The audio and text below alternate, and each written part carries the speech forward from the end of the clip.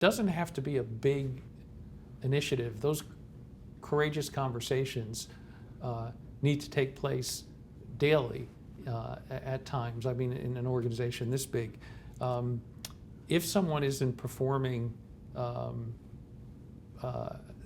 in the way they're supposed to, if they aren't serving another team member positively, or they're not serving a guest positively, and we observe that, you got to have that conversation. You've got to hold the organization accountable and have those tough conversations. I think sometimes organizations wait for the typical write-up, and they sit down in a formal way and say, well, you're not performing well, and here's a few examples of how you haven't performed well.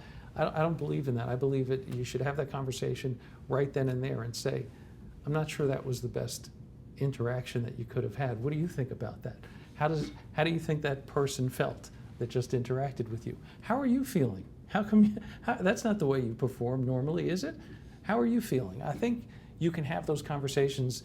You make very clear what the expectation is. You hold the organization accountable, and you're not attacking.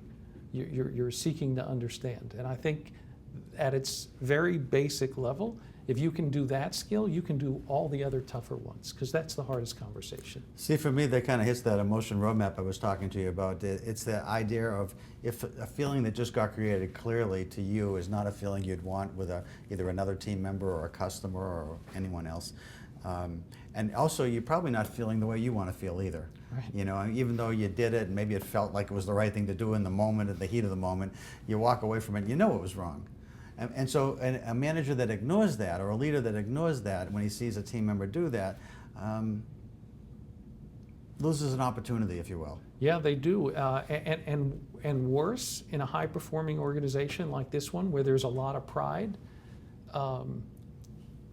everybody knows the standards. Everybody works very hard to maintain the standards and keep our key position in the marketplace, top position in the marketplace. If we don't have the crucial conversation with the very few who fail to live up to those standards, we sort of say it's okay.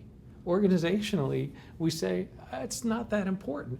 And all the other people on the team are disserviced because they are working hard to deliver on that pride, to deliver on that promise, and somehow we've said it's okay by the absence of a conversation that performance doesn't matter. So we just kind of segued into talking about performance now, and this idea that there are better ways and there are informal ways, but there need to be ways to talk to people about how they perform. Now, often people get very defensive. I mean, a normal reaction is if somebody says to you, you should have or could have or ought to have done something different than what you just did. People's reaction is often like somebody tapping your knee, your leg goes up, or your defenses kick in, and it's pretty automatic. Right. So I know that there are some things that are best practices that make this work. I mean, I've spent a lot of time at organizations myself working on this idea of paying attention to people's feelings. I know a lot of organizations, for instance, will have a culture or audit survey on how people are feeling about the organization. And while I think that's helpful, I also think that people could be so much smarter if they paid attention every day to what somebody's coming in that works for them is feeling. And just, I mean, it's not that hard if you're tuned in and thinking about and concerned about how someone is feeling, because if you're feeling off somehow, it's going to have an impact on the way you show up in the workplace. And if somebody notices that sooner rather than later, after the fact when an event has taken place, maybe they can intervene and create a situation that doesn't result in having to have that conversation. That's a great point about being proactive about people's feelings, and by doing so you can potentially avoid a bad situation later in the day. That's a great point, and I've certainly done it. People have done it to me. Are you doing okay today? You seem a little off. You can ask that question, and often people snap, you know what? I was thinking about something at home. I shouldn't be thinking about what's at home. I got it.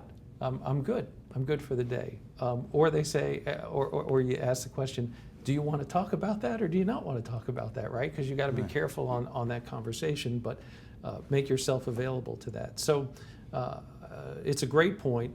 We can all do that for each other. We can all support each other and make sure that if we see something that seems a little off in a person for the day, that we ask them about it.